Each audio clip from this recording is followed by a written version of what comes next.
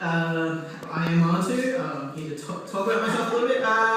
So I feel like I'm out of touch with Australian culture, and I feel that comes down to the fact that I haven't watched Australian TV for years, and the reason being is that I feel that it's not racially diverse enough, and I feel like this is such a huge problem that the only time there is any diversity on screen is when I turn off my television and see my own reflection in the surroundings.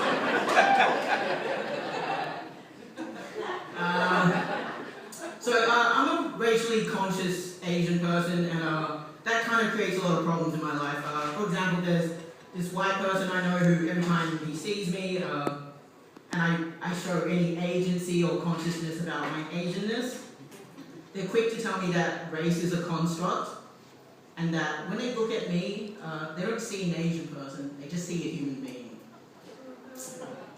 You know, which is a bit surprising for me, like, especially since I feel like I've been really transparent about my Asianness. Especially since I came out of the Asian closet 5 years ago. You know, a decision that was supported by my white friends, like, you know, for me to live openly as an Asian man in this society.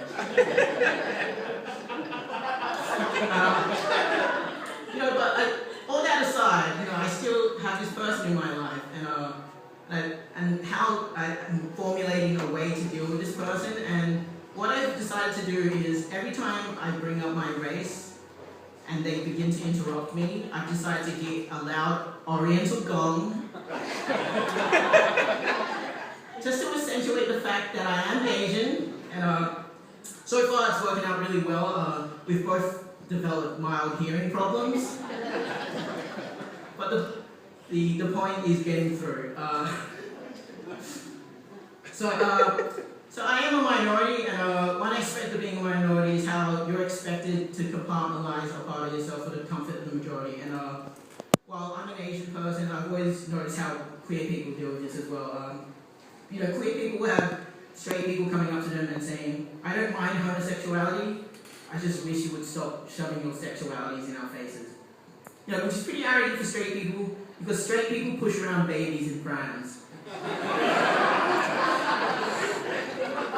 I mean, what is the message straight couples are sending out to the world when you see them with a baby in a pram down the street? Guess who's been fucking?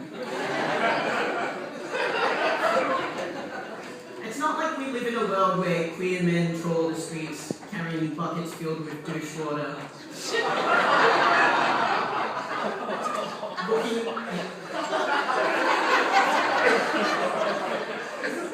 Looking for straight couples to splash.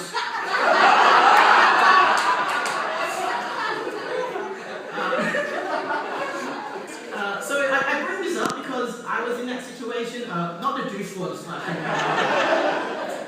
I was in a situation where I was asked to compartmentalize by myself.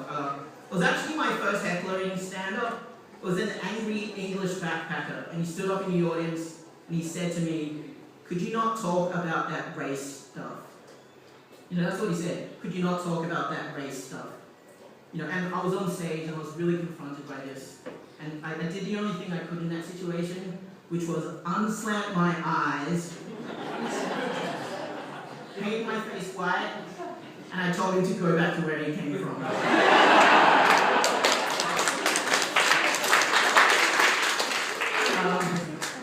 You know, so I've been doing stand-up for a year and a half now, and you know, a lot of people get really angry with me because I choose to talk about race and racism on stage. Even my close friends will pull me aside after a set and say, "Hey, Anh-Tu, why are you always going to rock the boat by talking about race and racism?" No, which is really offensive to me because my parents are both people. I mean, if my parents taught me one lesson in life, it was to never rock the boat.